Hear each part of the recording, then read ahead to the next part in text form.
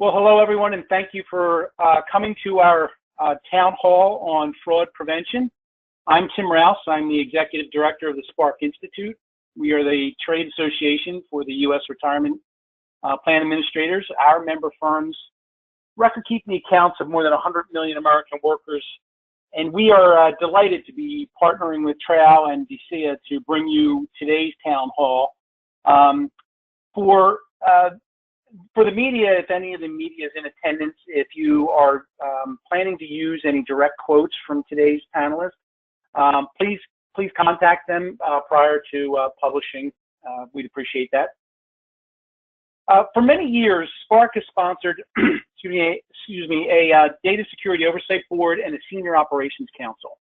These groups are made up of the senior executives responsible for data security and back office operations. Last year, these two groups formed a task force to examine fraud and make recommendations for how our industry could better prevent account takeovers and strengthen fraud controls. Several members of that task force have joined us today to update you on what we are doing and how we are working with plan sponsors to protect their participants from fraudulent account takeovers. Before we begin, I want to make a distinction between cybersecurity and fraud, so that folks are clear. Very related topics. Our industry has dedicated tremendous resources to both. One, the theft or destruction of data, and second, the use of data or for fraudulent access to a participant's retirement asset. For years, our industry has spent massive amounts of money to protect against cyber criminals stealing data, and we've been very effective. However, we know that breaches such as Equifax and Marriott and Target and others have exposed individuals' personal identifiable information that is now being used by fraudsters to try to access and steal account balances. And fraud is not new to our industry either. I mean, historically, fraud in our industry was typically through family members. It was typically a divorce where one party tries to run off with the assets, or a younger family member tries to take the money of an elderly relative. But with the data breaches that I mentioned earlier, probably back in late 2016, early 2017, our members began to see non-family fraud, often sophisticated foreign actors posing as the account holder. And so individually, Spark members identified this fraud and put a stop to a lot of it. But it also caused us to think about how we could work together better as industry members to build more security around our retirement plans. So this panel will discuss both types of fraud and what we are doing about it. Let me first start by introducing our panelists. First, we have Diana Wilanowski, Diana, the Director of 401k Product Management with International Paper. Diana oversees all aspects of the nearly 6 billion 401k savings plan covering approximately 49,000 participants. She's here to share insights on her firm's focus on fraud and steps they have taken to limit it. Next, we have Ross Cuscino, a senior consultant with the Highest Group that guides hundreds of plan sponsors as they make decisions on how to operate their plans. And finally, we have Lisa Kassar, a Managing Director of Retirement Business Services and Client Services with Charles Schwab. Before I get started, I know that a number of you had submitted some questions in advance. I just wanted to let you know that a lot of those questions are technical questions that our task forces that we've got going on, and you'll hear a little bit more about them later, are actually working on. So I just wanted to set expectations for you and let you know that we're not ignoring your questions, but some of them are technical questions that we are actively working on. So you'll hear more about that a little later. So, Diana, let me start with you. But before we do that, I know we have a couple of polling questions for the audience. So why don't we begin with that first? The first polling question is, how would you or your plan sponsor client rate cybersecurity and fraud prevention as a priority? So while we're doing that, Diana, while we're tabulating the results there, can you tell us a little bit, as a plan sponsor, your focus on fraud prevention and some of the things that you're doing at International Paper?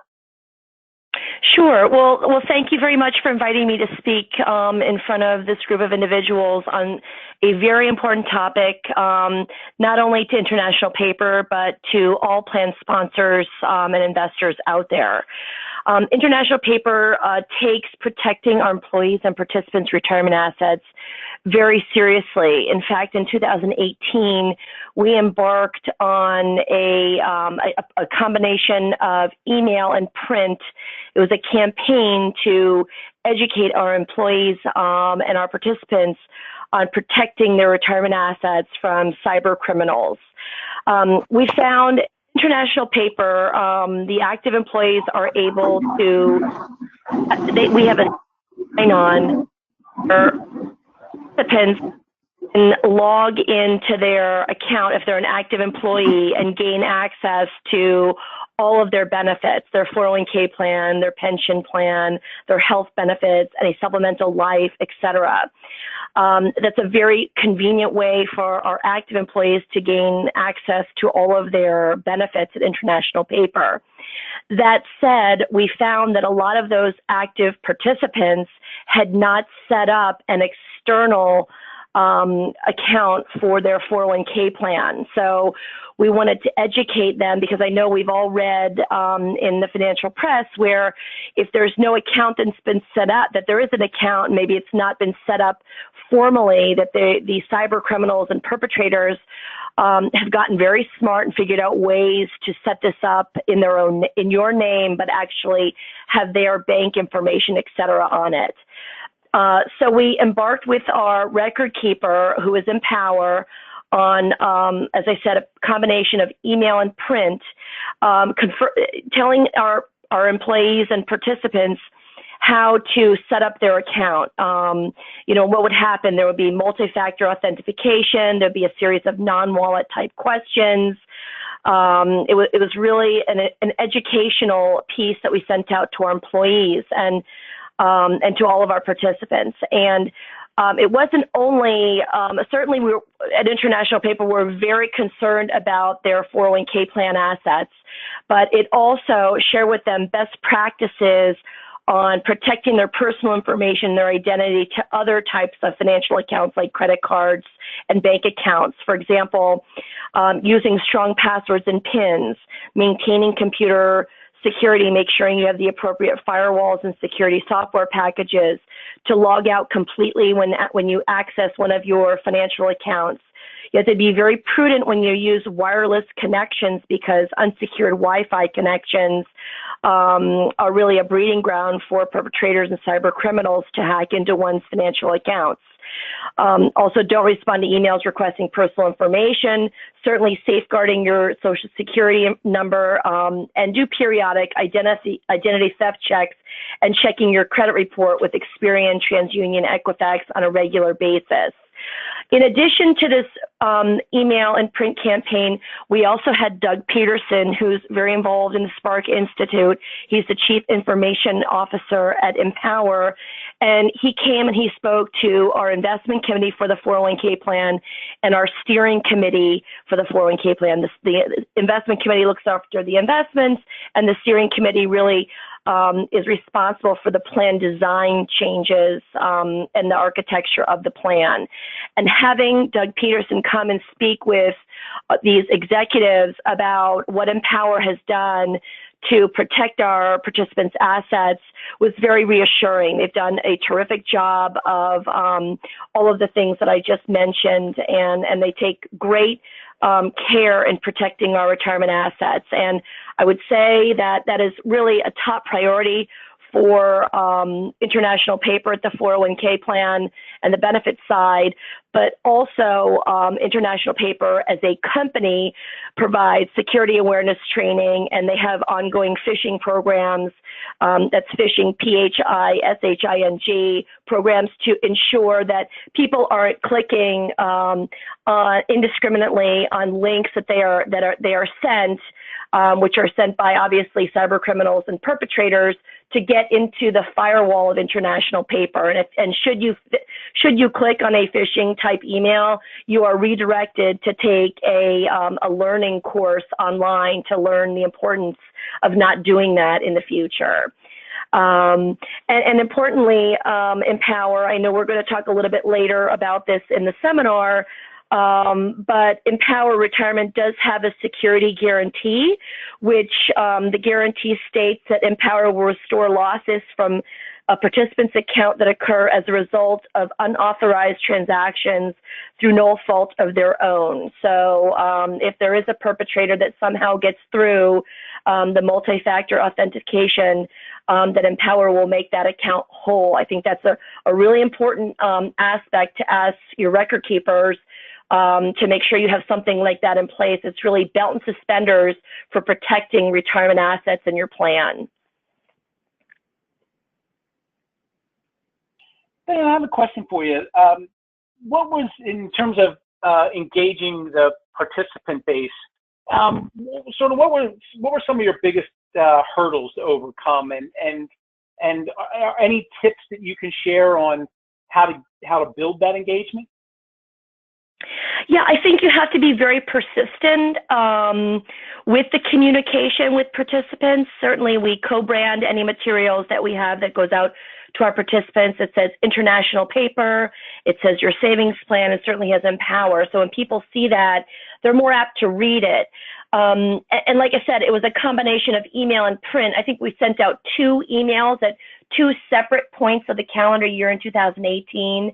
And we felt so strongly that we sent the print email, the print document, which is a 2-page document, out at 2 separate times. So while it may seem like a lot, and I was concerned it was going to be a lot because too much information, people just, sometimes they don't pay attention. But I think this is such an important feature of protecting retirement plan assets and protecting our employees that, you one time is not enough. I think you need to do it more than once to really get the point across. And actually, in the first paragraph, and we didn't want to be alarmist, but I think we wanted to also be factual.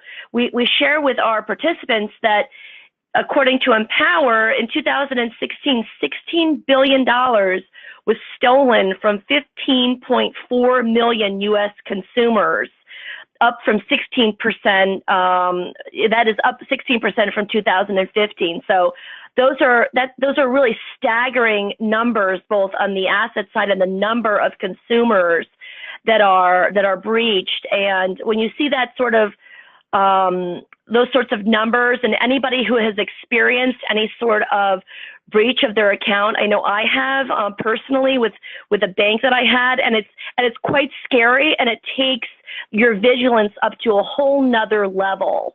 So I think my message to the group is you have to be persistent and take every possible time, whether it's email or print, or whether it's at a benefits fair where you're talking about benefits or open enrollment. If you put in just a little paragraph, just to inform people that please take note and create multi-factor authentication on not only your 401k plan, but any sort of financial accounts that are yours or your family's. How successful were you at getting your participant base to enroll in that multi-factor authentication? We did have several people that took advantage of this after receiving the multiple communications. We've talked about doing this again, and I'll remind everybody on the phone that National Cybersecurity Awareness Month is October. So that coincides with our benefits fair at International Paper. So we will be also talking about, again, protecting your accounts, your retirement accounts and all of your financial accounts. So I think, this is not something that you're going to get done in one year or one mailing. I think it's an iterative process, similar to, I know a lot of people, they don't update their beneficiaries on their accounts. Sometimes they have old beneficiaries on their account, and you email them, you send them hard copy mail, and it takes time. But I think if you continue that and you're vigilant, you will see progress. It makes perfect sense. No, thank you. And as somebody who sits in on a lot of the calls that our Data Security Oversight Board holds on cybersecurity and fraud, I can tell you it scares the hell out of me too. I stay up many a nights worrying about my accounts. So and I feel for you if you've had your account taken over. It is a scary situation. And let me turn to Ross now. And Ross, as a plan consultant, you speak to a lot of plan sponsors. So before I ask you to share your insights from across a wide selection of plan sponsors, can we look at the poll results from our previous poll? I'm glad to see that a large number of folks. This is a critical concern of theirs. It's certainly, like I said, something that has happened. We started to see it in our industry back in 2016, and like I said, individually, many companies have put in protections. But the fact that the bad guys now have awakened to these trillions of dollars of assets, it's a scary proposition for us. So Ross, let me turn it over to you now. Let me first, I know that there's another poll question, so can we ask that second poll question, and then Ross, I'll ask you to share your thoughts. So how much should cybersecurity and fraud be weighted when scoring your RFPs? So while we're waiting for those responses, Ross, what can you, what sort of insights can you share with us about your clients and their thoughts on this? Yeah, Tim, thank you for the question. And again, thank you for being part of this panel here today. I was glad to see the results of that last poll question with critical coming in at over 70%. That really speaks volumes to what plan sponsors are looking at when evaluating cybersecurity and fraud. And that's our role as a consultant, is how do we help them evaluate? And I think what we're seeing, and I know there's a number of other consultant partners, industry folks on the call here today who are probably experiencing the same thing. There's just so much information out there. And Diana just provided a lot of great information as to what she's doing and what they're doing collectively there at International Paper.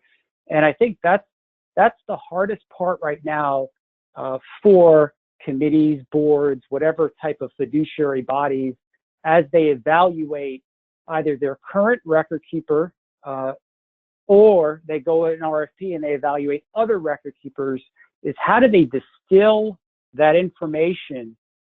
Because they hear those words, those great terms, those important terms, like Diana was talking about, they hear about encryption, they hear about security guarantees, multi-factor authentication.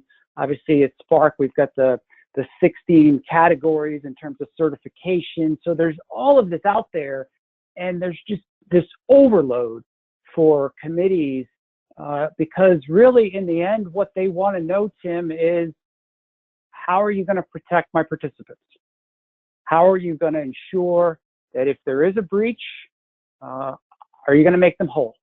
And so we navigate through all of this information, this critical information, and we look at the various responses, and they're pretty wide ranging. And I'll just share with you back to the point just a moment ago about how critical is this, and then the weighting to the next poll question. Most committees and plan sponsors that I work with now have taken the data security, which is cybersecurity and fraud, as a category, which used to be kind of embedded in record keeping. It's its own category now. And the weighting generally runs, at least in our experience here at Highest Group, it's getting higher and higher. I don't want to influence the poll question response here, but it's getting higher and higher. And what we're seeing in terms of record keeper responses as it relates to RFPs, we're seeing them across the board as a pretty wide of responses. Do you have encryption in transit? How do you encrypt your data? We're still seeing responses, Tim, that say no. And you just kind of scratch your head. You have, these huge national record keepers that for whatever reason, either the responses have not been updated, have not been populated accurately, or they're just not putting the kind of money that they need to into their systems. And we're seeing more and more that data security is having a big weight in terms of the overall decision that's made to hire a record keeper, to retain a record keeper, to evaluate that record keeper. But I would say that there is so much information out there, really in the end, back to that kind of that original point I made, committees just want to know, how are you going to protect my folks? And so I think to all the record keepers that are out there, it's critical to have some type of a security guarantee that you can offer to plan sponsors to make their participants whole. There's a lot of plan sponsors out there that are not like Diana, that are not as engaged in terms of data security. And so I think that it's critical to have that as we evaluate, and other consulting firms evaluate these RFP responses, have some kind of guarantee in place. That is really, it resonates, and it puts the collective minds at ease, generally speaking, as it relates to these committee decisions and the committee members. Thanks. Can we go back to the poll results now and see how the poll results compare to your experiences? So, Ross, what do you think of these? I mean, in terms of what you see in your experience. Yeah, I did an RFP for a high-profile Southern California city recently, $500 million client, and it was top weighting.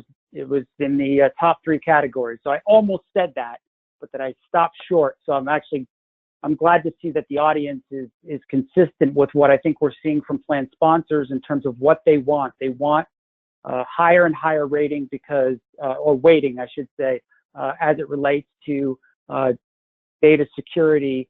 And so they know it needs to be weighted heavily. They know it's important, and they being the collective committees that are making these decisions. But again, I feel like we as an industry have so much great information out there, whether it's the SOC 1, SOC 2s, again, all the Spark data that's collected.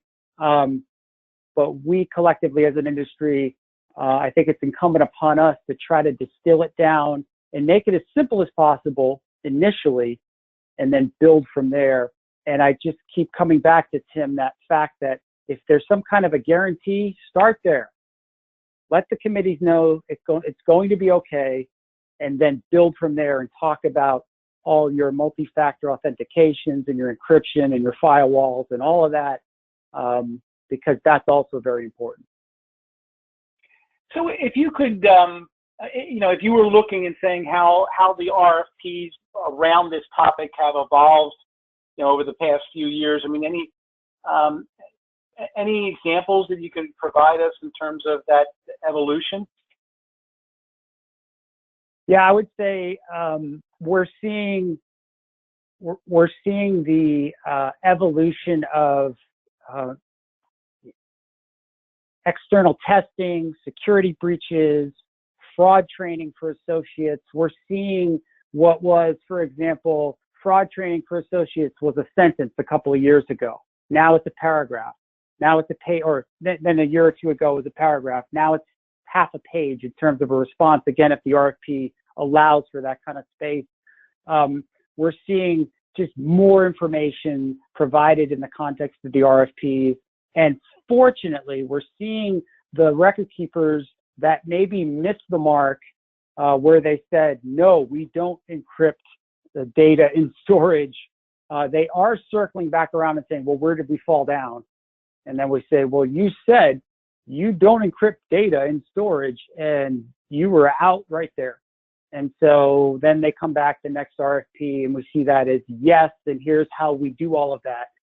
So I think, Tim, there's an evolution, a learning evolution, in terms of the overall responses. They're getting more and more competitive, and they are very complicated and very complex in terms of how all this information is described.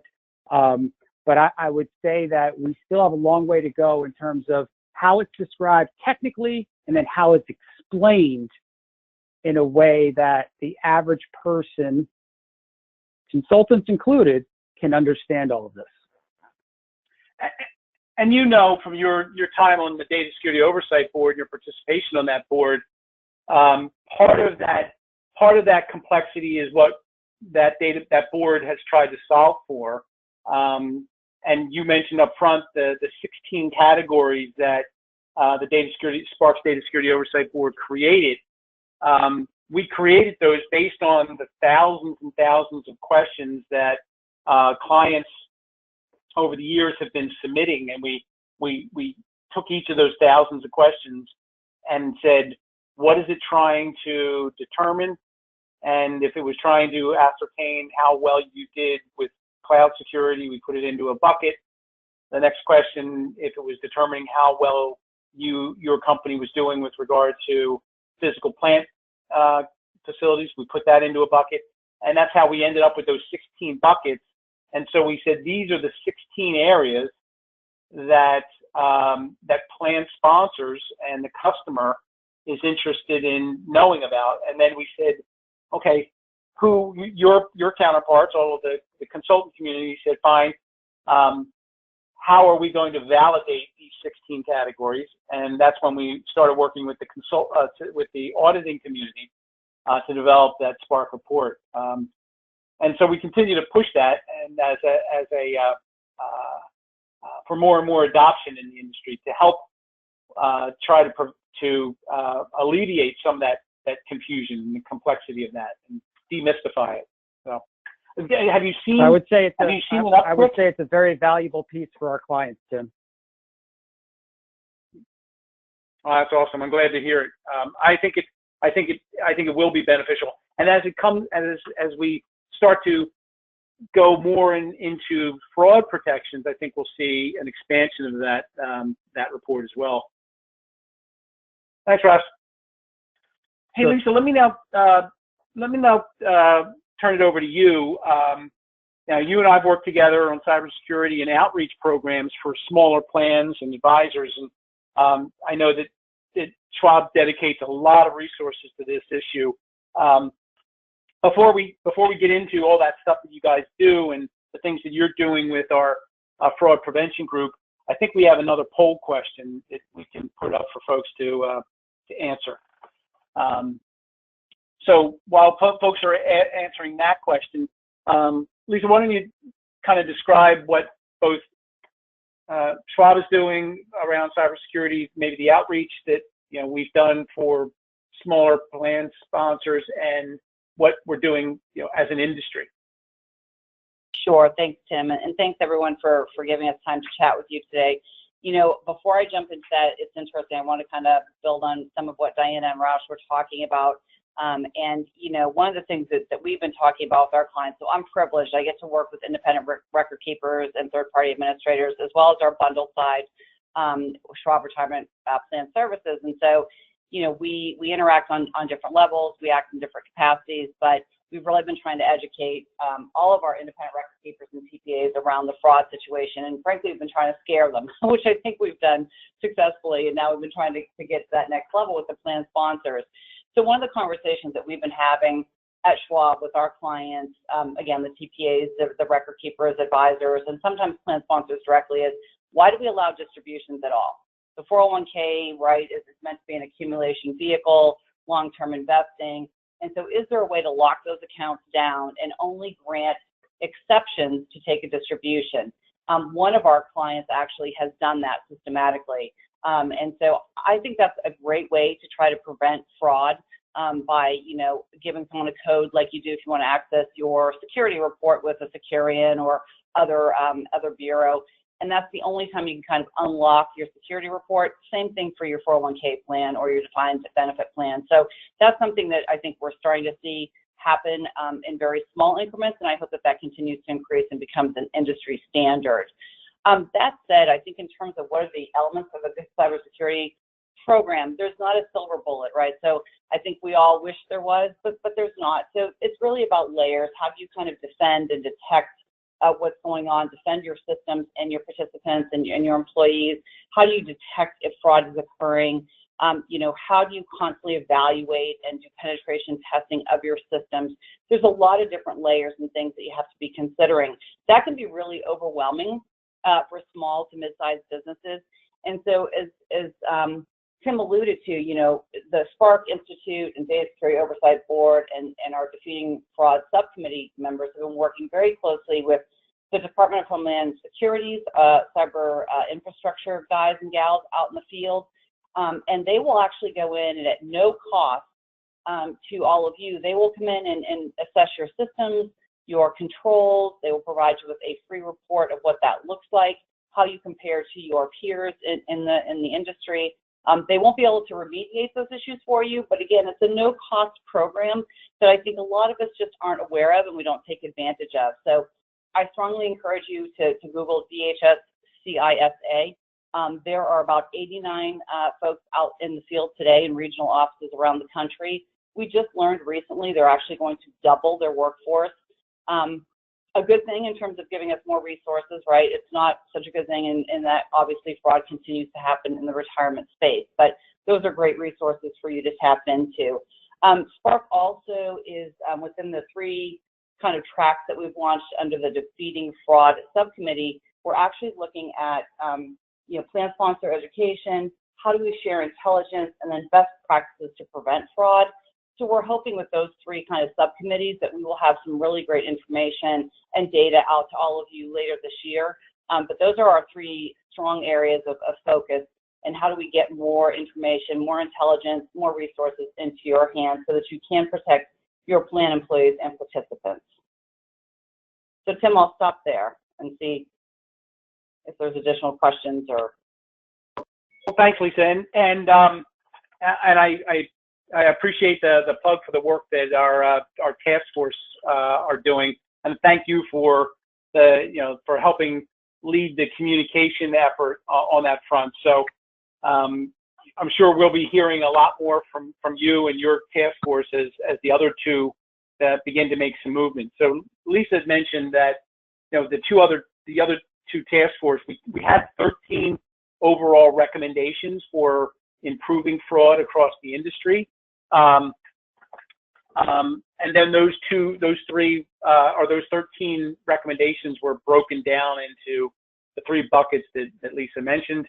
I know, again, some of you had submitted some questions to us.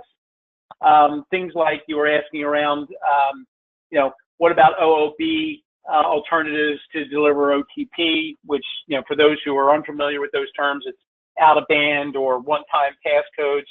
Are there issues with SIM cards being swiped or cloned? Yeah, these are the types of things that are threats out there. Fortunately, they're not big prevalent threats right now, but there's certainly threats that are on the horizon that concern us. And so some of those work groups that we have out there are what they're doing is they are engaging with the telecom community. Others are looking for different types of controls that have been in place in the banking community, but might not extend to accounts that are non-bank accounts, but could be. So when it comes to, for instance, checking the registered name on a wired account.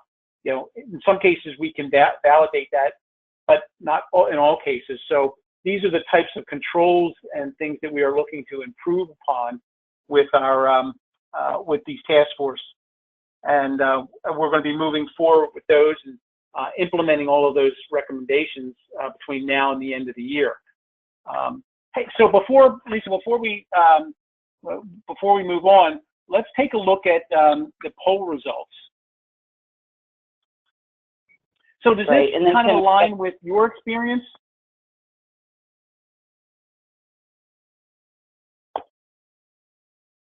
Lisa, does this kind of align with what your experience is with your customers? Can you read the poll results? I apologize. Schwab is so strict on it says, when was the last time you evaluated cybersecurity fraud protections for your plan? 65% did it within the last year, 15% within the last 1 to 3 years, 7% 3 to 5, and 14% of the folks, it's been more than 5 years. Okay. Yeah, so I would say definitely, and Raj talked about this, we're definitely seeing more inquiries, deeper RFPs around the security, cyber elements. So for those of you that haven't had a chance to do it in 5 years or more, I would highly recommend you reach out to your DHS CISA folks. Again, it's no cost or free. I think in talking with our independent record keepers, CPAs, and of course on our bundled side, everyone is super focused on making sure that they're protecting the data of their clients and their clients' employees and participants. So there's a hyper awareness around that. If you're sending out RFPs, by the way, to folks who come back and to Rush's point say, well, no, we don't have this or we don't have that, I would say run away. Try a different provider, because there are many, many reputable firms out there that are just as serious as we all are in the industry about protecting the retirement assets, making sure that everybody's entitled and receives that retirement that they're due. So, I think it's probably what we're seeing, Tim, in short. The other thing I just wanted to mention really briefly, and I think this is happening in a 2-step process, but it really needs to evolve into a 3-step process, and that's that whole idea of strong authentication or multi-factor authentication. So I think many of us experience that and see it maybe in the 2-step process. But really, as we look towards the future, and something for all of us to think about in this industry is, the way that you want to authenticate your participants, your employees, is really through something that you have, whether that's a device, right, your mobile device, your laptop, etc., something which is the weakest of the 3, but in conjunction with can be powerful, which is a password, and something that you are. And this is where I think we're trying to evolve. And that's really that bio piece, right, your thumbprint, your eye scan. That combination, that 3, is really where we need to get to. I think you see a lot of the 2-factor today, but the 3-factor, I think, is where we need to go. Now, will the fraudsters figure it out long term? Probably. But we think that can be highly effective in thwarting fraud attempts against retirement accounts, at least in the short term. So. Well, thank you, Lisa. Hey, Ross, how these numbers? How do they compare to what you advise your clients to do? I'd say, Tim, that they're consistent with what we have, and so the majority of our clients, almost to the percentages that we saw up there, have done some kind of an analysis or evaluation of cybersecurity, data security, fraud, any of these within the last year. And then I'd say a smaller group in the last year, but I'd say the majority of our clients within the last 3 years. And one thing I'd say too is, don't just wait for an RFP, right? So there are some procurement rules out there for some agencies where they can't just go out to bid all the time. Make sure that, just like you would update an investment policy statement or whatever you might do, or have an annual plan audit, you should have some kind of an annual cybersecurity review where you can have your current record keeper in year 2 or 3 or whatever of a contract, the middle of a contract, just come in and talk a little bit about, the breaches, what's been going on. Maybe it's the 5 minutes at each of your regular meetings and then you document that. Just from a fiduciary perspective, we at Highest Group believe that that's a sound practice, so that if something does happen, you can at least go back and say, we've been documenting this as appropriate. Well, that's a great point. For the folks on the phone, Senator Murray from Washington and Congressman Scott from Virginia had sent a letter last year to the GAO to do a study of cybersecurity in the retirement industry. And in particular, they were concerned about the protections around participants' retirement savings.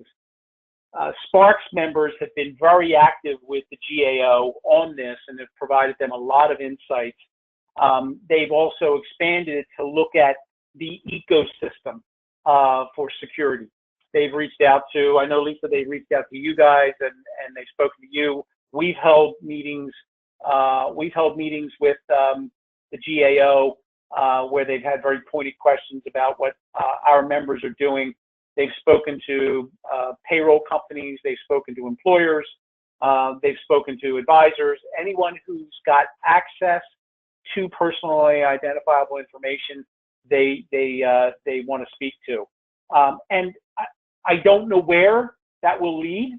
I suspect, though, from the conversations with them and with the folks at the Department of Labor, that my guess would tell me that at some point there is going to be a responsibility placed on plan sponsors to do exactly what Ross has just said, and that is on some periodic, regular basis, show that you are evaluating your vendors and their cybersecurity capabilities. So, do we have a final poll question for folks? Tim, I believe that concludes the poll questions, but I do have questions from the attendees if you'd like to take any. Okay, that would be great. Okay, one was, how should an employer determine if they will educate their employees in-house on fraud and phishing, or if they will engage an outside third party for such training? Diana, maybe it would be helpful, Diana, if you could maybe walk through, your thoughts as you built your program out for your employees. And did you consider an outside firm? Did you use an outside firm? We have we have a strong IT group at International Paper, and we're protecting not just, the 401k plan assets, but we're also protecting intellectual property within the company. So, there's robust firewalls and whatnot. So, and we also have a separate educational group at International Paper. So, we have something, it's a video, I think it's like 30 minutes long, and there's a series of questions along the way that you need to ask after you've listened to the content. I can't speak for other maybe smaller plan sponsors or, smaller companies that maybe don't have that level of the capacity to do that, and I'm sure that there are companies out there that would be willing and able to offer security information or data security training for you. I just can't help with those services. I don't know who they are, but I'm sure they're out there. Yeah, I would imagine a company of your size has the kind of resources, but not every company does. And I'm not aware. I don't know, Ross or Lisa, if you do, companies that put on employee security programs like that. Tim, I think one of the ones we hear about a lot, and we've gotten really favorable feedback, is Know Before. And I think it's KNOW at the number 4. I can send that out so that we can get that out to this group later today, but I've heard really good things about their program. Oh, that's great. Thank you, Lisa. Were there other, Ross, did you have anything to add? Or No, I think that's, I think Lisa and Diana covered it great. Awesome. Donald, are there any other questions from the audience? We do have another, and that's around the use of a social security number as the main employee identifier. And the question is, are companies maintaining the use of the social security number as the main employee identifier, or is there a trend by employers to move away from that in another direction as the main employee identifier? I can. I don't know if you want to. Rosh, I can start on that, Tim, real quick, just from a evaluation perspective. Yeah, please do. Yeah, I would say 90% of the responses we see, and highest group is across, corporate, public, et cetera.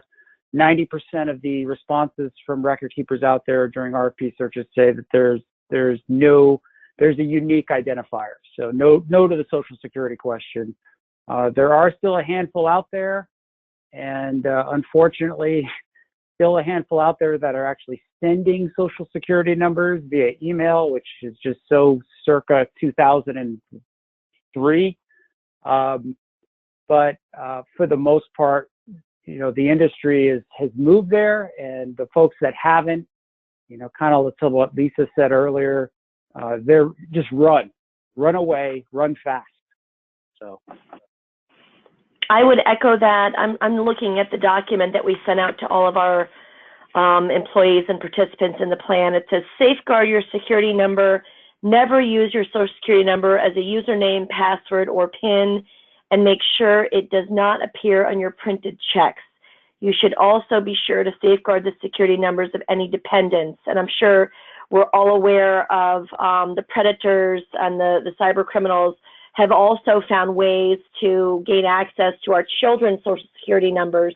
In fact, 2 years ago, there was a big spread on this in the Wall Street Journal about, children losing their social security numbers, and it takes years to fix their credit reports. So the security number, social security number of somebody is it's a coveted number, and you may be asked to put in your last 4 digits of your social security number. If you forget your login, it will prompt you for your non-wallet type questions for your record keeper, and maybe your date of birth and your last 4 numbers of your social security. Never have I been asked for all, 8 digits of my social security number. Thanks, Diana. That's Lisa. How about you? Anything to share on that?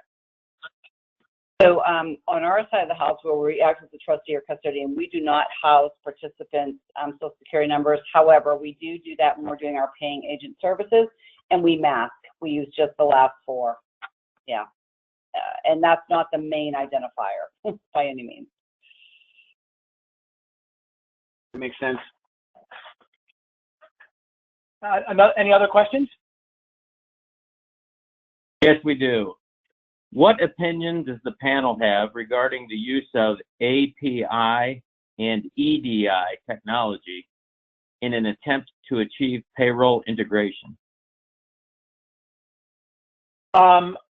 I don't know that I don't know that the folks on the phone have, and I don't want to speak for folks, but if you do, please chime in. But I don't know if the API EDI technology question is something that they could answer. I know it's questions that we as an industry are addressing in many different ways. As we look at the movement of money and we look at the movement of data, we've been exploring new and different ways to achieve that. The old ways of moving data around, we have started, clearly we've started to look at industry connections that allow for one company to link into another company through APIs and other secure methods. for the ability to transfer participants' data. There's sort of two things happening here in the industry, and there's sort of these two tectonic plates. One is the growing demand by participants to be able to connect all of the stuff that they have together, right?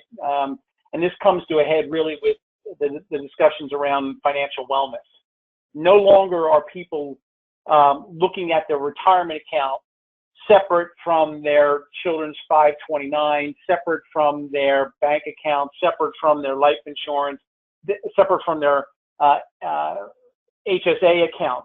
They're demanding more and more of that connectivity because they don't make their decisions in a vacuum. They look at all of those things together to determine where their next dollar is going to go. That unfortunately brings into account that whole issue of privacy and the ability to connect those things in a way that is absolutely secure, because you don't want to have something like that where all your eggs are in one basket and then there's a breach.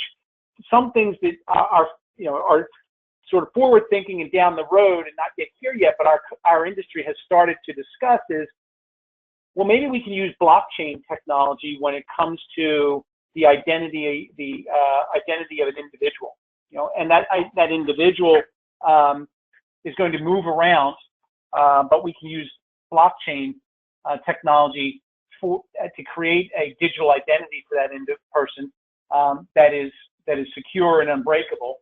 Maybe we can do the same thing with plan data.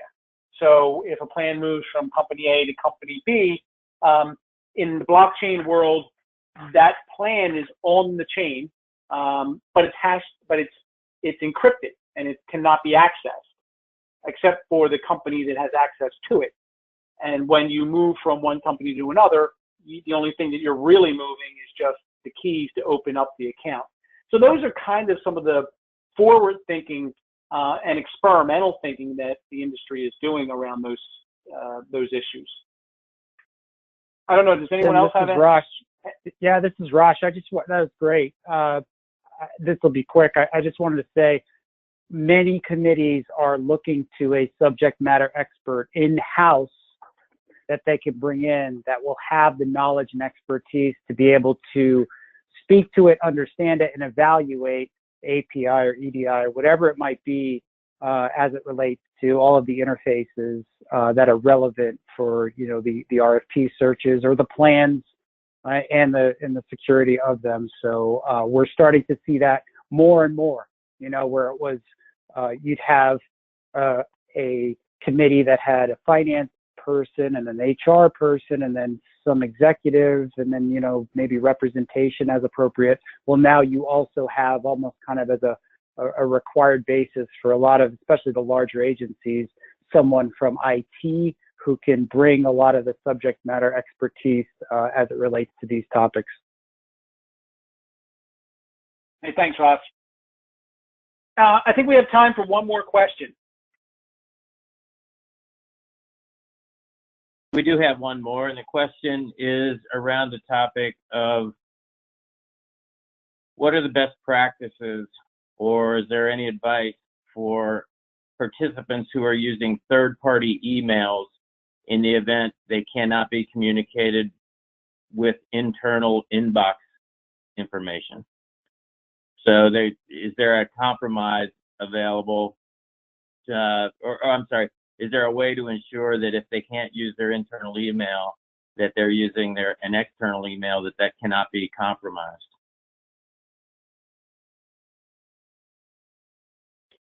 I don't know if I completely understand the question. If the question is that there's business email compromise, that is a big concern that our members are trying to address.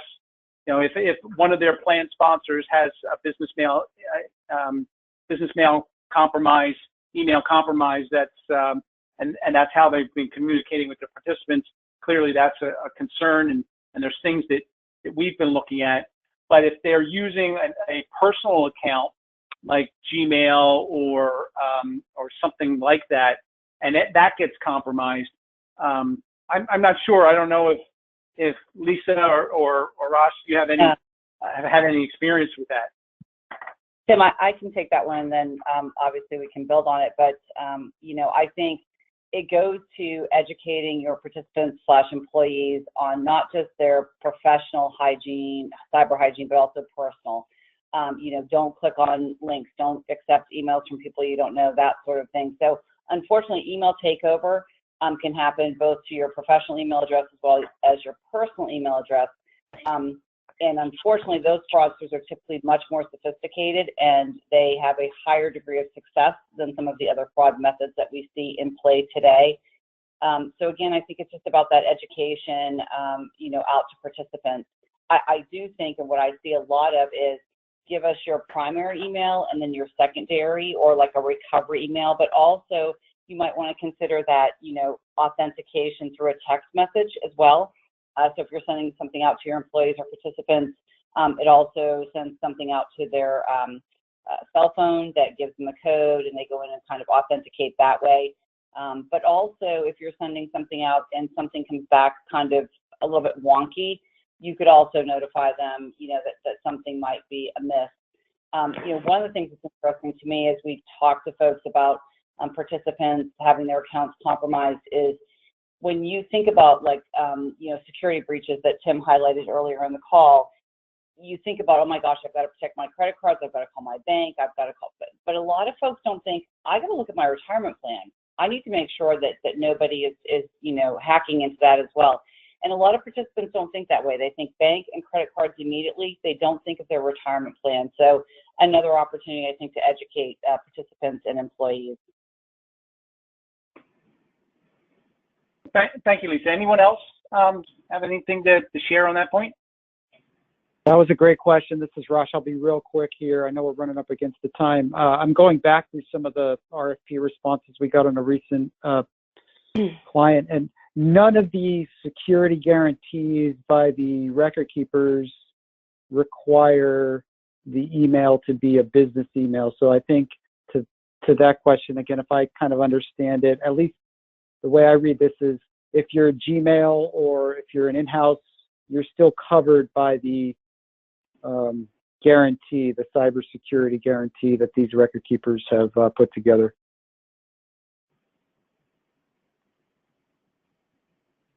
Thanks, Ross. I know we're running up against the clock. I want to thank